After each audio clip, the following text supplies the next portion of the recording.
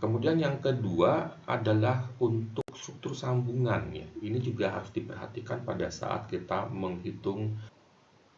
Halo Sobat Sipil, di video kali ini kita akan belajar dan mengetahui komponen penyusun rencana anggaran biaya. Berikut kita lihat dulu seperti apa bagan alir pembuatan rencana anggaran biaya. Pada saat kita mau memulai membuat rencana anggaran biaya, kita harus mengumpulkan data-data. Yang pertama adalah harga satuan bahan atau material. Semua bahan atau material yang akan kita gunakan, kita cari ya, harga satuannya berapa. Kemudian kita juga mengumpulkan harga satuan upah ya. Tukang batu, tukang kayu, tukang besi, pekerja, mandor, ya, kepala tukang. Kita cari informasi harga satuannya berapa. Nah, kemudian kita juga harus ya, mengidentifikasi ya, setiap pekerjaan itu akan membutuhkan alat apa saja. Nah, dari 3 data ini ya, kita akan mendapatkan harga untuk unsur bahan pada pekerjaan yang akan kita hitung biayanya, dan harga untuk unsur upah ya. Dan kemudian pada saat kita mau menghitung ya berapa harga untuk unsur bahan, kita harus memperhatikan rencana kerja dan syarat-syaratnya. Spek dari pekerjaan yang harus dikerjakan itu speknya seperti apa. Ya, karena dengan spek yang berbeda berarti akan membutuhkan material yang berbeda, otomatis nanti harga unsur bahannya juga bisa berbeda. Nah, dari ketiga informasi ini ya, harga unsur bahan, harga unsur upah, ya kemudian dengan RKS, kita mendapatkan apa yang disebut dengan harga satuan pekerjaan. Nah, contohnya Sobat Sipil ya, ini adalah analisa harga satuan pekerjaan ya untuk pemasangan 1 meter persegi dinding bata merah ya. Nah, AHSP ini diambil dari Pedoman Bahan Konstruksi Bangunan dan Rekayasa Sipil ya. Analisa harga satuan pekerjaan bidang cipta karya dan perumahan ya, dari Kementerian Pekerjaan Umum dan Perumahan Rakyat ya. Dinding bata merah ya, bata merahnya itu punya dimensi 5 kali 11 kali 22 ya. 5 itu adalah tingginya, 11 lebarnya, 22 adalah panjangnya, tebal setengah batu. Maksudnya dinding tebal setengah batu ini ya, kalau kita coba gambarkan adalah seperti ini ya. Jadi dinding kita itu akan punya ketebalan ya, selebar dari ukuran bata kita 11 cm tadi ya. Nantinya akan ditambah dengan plesteran kiri kanan, tentunya akan menjadi lebih tebal. Nah, kalau Sobat Sipil lihat, ini adalah pola untuk memasang dinding bata merah tebal setengah batu ya. Selisih sambungan-sambungan vertikal dari setiap lapis ini harus setengah dari panjang bata ya. Ini untuk lapis 1, lapis 2 dimulai dengan yang potongan setengah bata, nanti lapis 3 itu sama dengan lapis 1 dan seterusnya ya. Tebal setengah batu dengan mortar tipe normal ya. Jadi ini speknya, tebalnya setengah batu ya, bata merahnya ukuran 5, 11, 22, kemudian F aksen C-nya 5,2 MPa atau setara dengan campuran perbandingan 1:4 semen dengan pasir ya. Nah, informasi ini kita dapatkan dari RKS-nya atau spek pekerjaan. Nah, pada AHSP di sini kita bisa melihat ada unsur tenaga ya. Di unsur tenaga ini ada pekerja, ada tukang batu, ada kepala tukang, ada mandor ya. Ini ada kode pekerjanya. Satuannya adalah orang hari ya. Nah, kemudian di sini ada koefisiennya. Pekerjanya 0,3 orang hari. Tukang batunya 0,1 orang hari. Kepala tukangnya 0,01 orang hari. Mandornya 0,015 orang hari. Nah, angka-angka yang ada di koefisien ini nanti akan kita gunakan ya. Pertama untuk menghitung harga unsur tenaga, dan nantinya ya pada saat kita mau membuat penjadwalan ini bisa kita gunakan untuk menghitung durasi pekerjaan ini ya. Jadi angka-angka ini berhubungan dengan produktivitas tenaga kerja. Kemudian yang B adalah unsur bahan ya. Untuk membuat 1 meter persegi dinding bata merah itu kan dibutuhkan bata merah sebanyak 70 buah ya.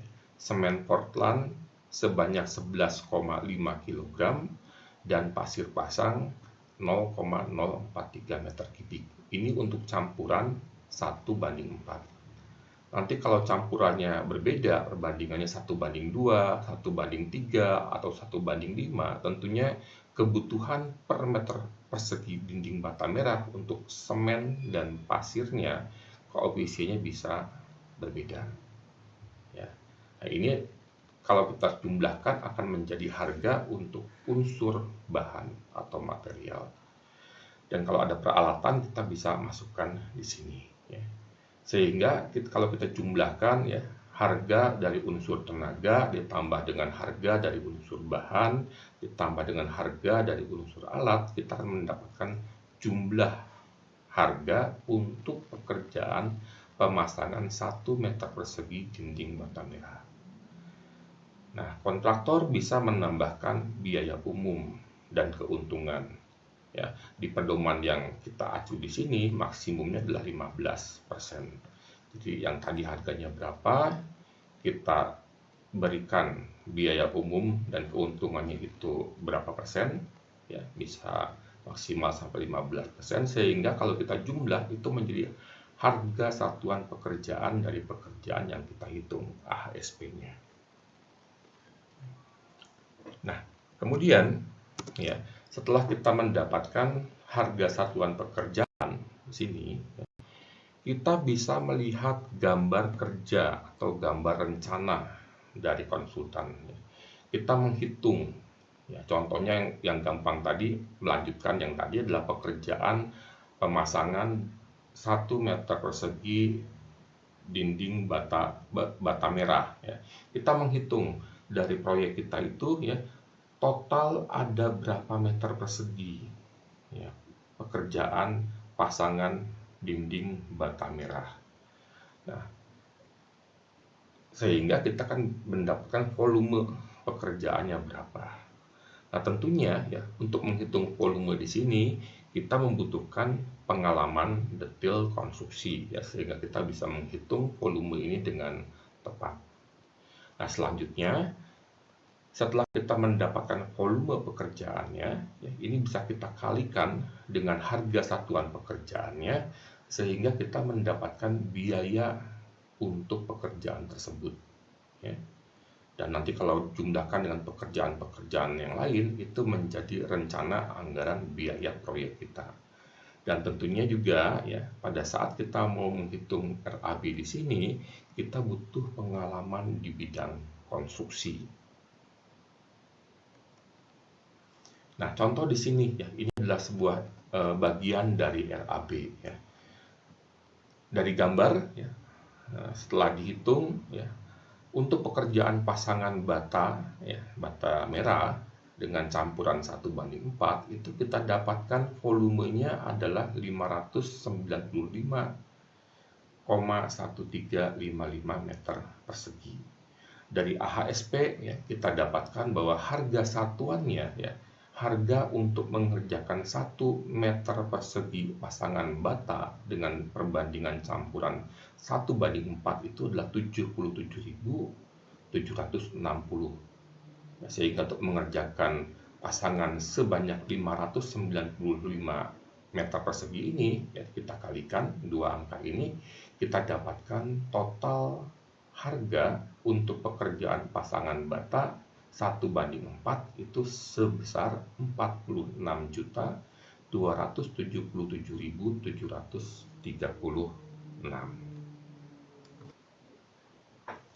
Nah, selanjutnya kita lihat komponen RAB.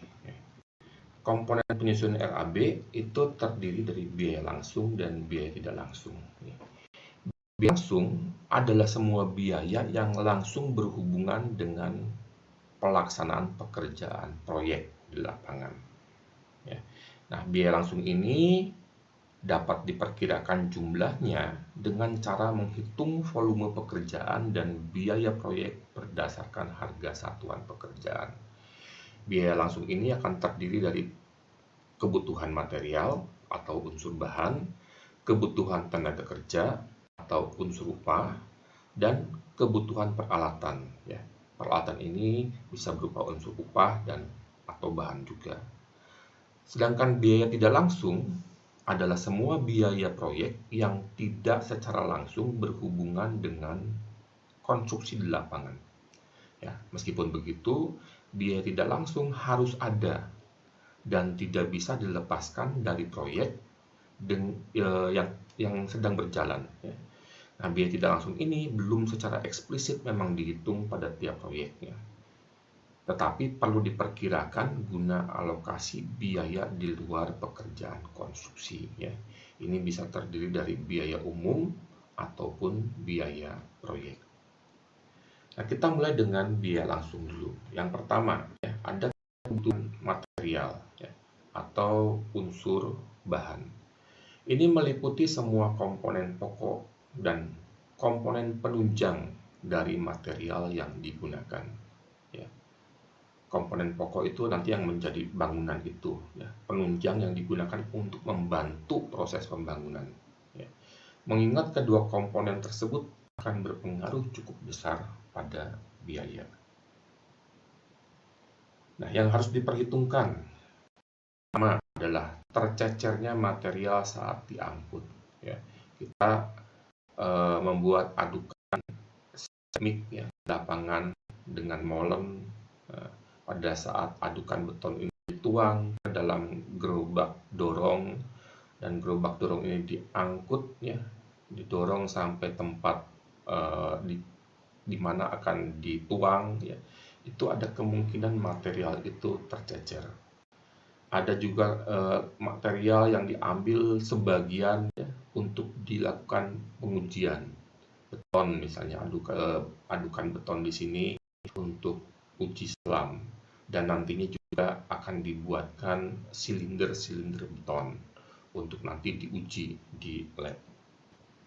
Kemudian yang kedua adalah untuk struktur sambungan. Ini juga harus diperhatikan pada saat kita menghitung unsur bahan, untuk biaya untuk unsur bahan. Misalkan pada baja tulangan. Baja tulangan ini punya panjang yang terbatas, sehingga sering kita harus menyambung satu baja dengan baja yang lain. Tentunya pada daerah sambungan ini ada yang disebut dengan sambungan lewatan. Kemudian pada kolom yang di bagian atas, misalnya ada syarat bahwa kolom ini atau tulangan ini harus ditekuk dengan panjang tekukan minimal sesuai dengan yang disyaratkan. Yang ketiga, yang harus diperhitungkan adalah material atau pekerjaan yang rusak atau cacat.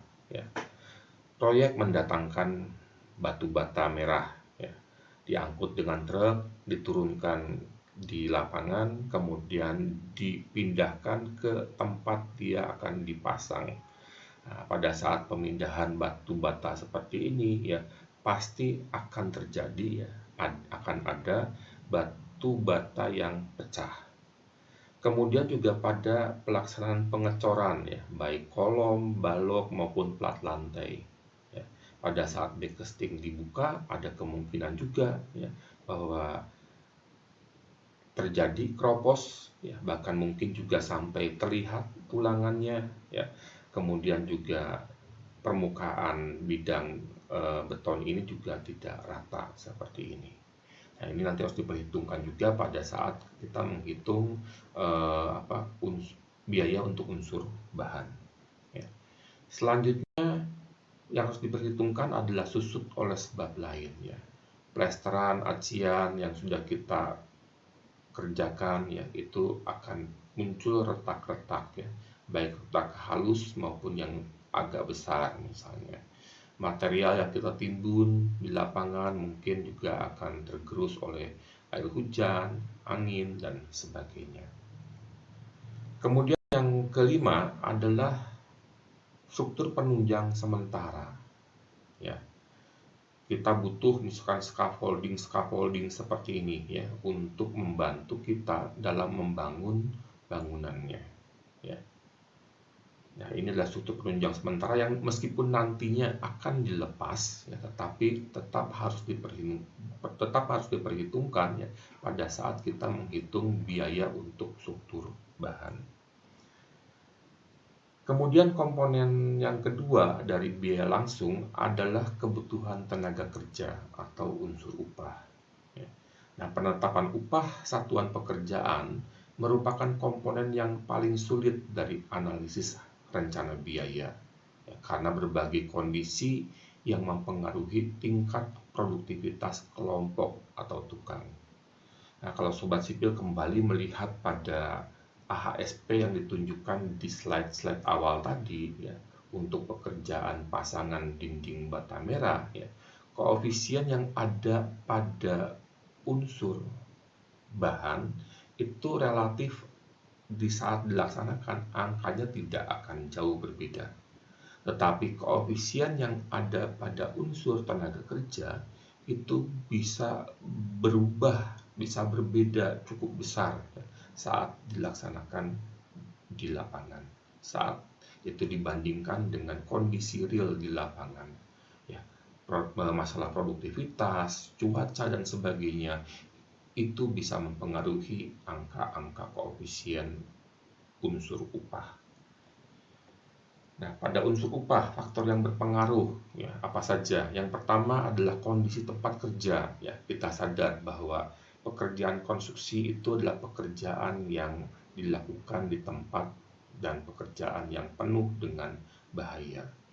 Ya, tukang bekerja sampai harus naik di ketinggian ya untuk memasang besi tulangan, untuk memasang baja ya untuk rangka atap dan sebagainya. Kemudian keterampilan ya, meskipun ini sama-sama kolom, katakan kalau volume kolomnya sama pun ya, untuk kolom persegi dengan kolom bulat biayanya akan berbeda. Untuk membuat kolom bulat seperti ini tentu butuh keterampilan yang lebih dibandingkan tukang yang membuat kolom persegi. Jadi keterampilan merupakan faktor yang harus diperhatikan juga ya pada saat kita menghitung biaya unsur upah. Kemudian lama waktu kerja ya. Satu hari kita jadwalkan kerja dari jam 8 pagi sampai jam 4 atau jam 5 sore. Kemudian mungkin masih dilanjutkan dengan lembur ya. Nah, pada saat lembur ya tentunya besaran upah bisa berubah. Ya. Kemudian produktivitas tukang juga tentunya akan berubah karena sepanjang hari sudah bekerja, kemudian di malam harinya mereka masih tetap harus bekerja. Bahkan kondisinya mungkin lebih berbahaya karena lingkungan sudah gelap dan hanya dibantu oleh cahaya lampu. Kemudian persaingan tenaga kerja ya antara satu tenaga kerja dengan tenaga kerja yang lain ya itu saling bersaing sehingga tentunya akan mempengaruhi biaya unsur upah juga. Dan yang terakhir adalah biaya hidup ya, indeks biaya hidup. Di kota besar atau di kota kecil tentunya akan berbeda. Kemudian yang ketiga dari komponen biaya langsung adalah kebutuhan peralatan ya. Biaya peralatan diantaranya pembelian atau sewa alat. Ini harus diperhitungkan baik-baik ya. Mana yang lebih menguntungkan, apakah membeli alat atau menyewa. Mobilisasi dan demobilisasi ya. Mendatangkan tower crane ya, mendatangkan alat berat backhoe atau ekskavator ya, kita butuh trailer besar, tentunya membutuhkan biaya ya. untuk mobilisasi mendatangkan alat tersebut dan demobilisasi mengembalikannya. Tidak hanya itu, mungkin juga butuh izin ya, pada saat menurunkan alat berat di sini ya, di depan proyek kita, izin ke yang berwenang. Transportasi ya, baik alat maupun bahan mungkin ya, memasang dan membongkar ya, juga pengoperasiannya selama konstruksi berlangsung. Ya, tentunya alat-alat berat seperti ini butuh operator yang punya keterampilan, keahlian yang cukup untuk mengoperasikannya. Kemudian untuk biaya tidak langsung ya, yang pertama ada biaya umum ya. Di antaranya adalah gaji pegawai tetap ya, baik di kantor pusat maupun di lapangan di proyek. Biaya untuk sewa kantor ya, biaya untuk akomodasi perjalanan ya, pekerja, staf ya, untuk dokumentasi, untuk membayar bunga bank ya, kemudian untuk peralatan kecil dan habis pakai ya, alat tulis kantor ya. Kemudian yang kedua adalah biaya proyek ya. Biaya proyek diantaranya untuk biaya keamanan, biaya keselamatan kerja, untuk asuransi, pajak, surat izin, pengujian, dan pengetesan. Nah, semua komponen penyusun RAB itu harus diperhitungkan dengan baik ya. Sehingga RAB yang kita buat, RAB yang kita rencanakan itu bisa sedekat mungkin hasilnya nanti dengan biaya pelaksanaannya. Nah, demikian Sobat Sipil video kita kali ini, semoga bermanfaat untuk semua Sobat Sipil. Apabila ada komentar atau pertanyaan, silakan isi di kolom komentar di bawah ini. Sampai jumpa di video-video berikutnya. Terima kasih dan salam Sobat Sipil.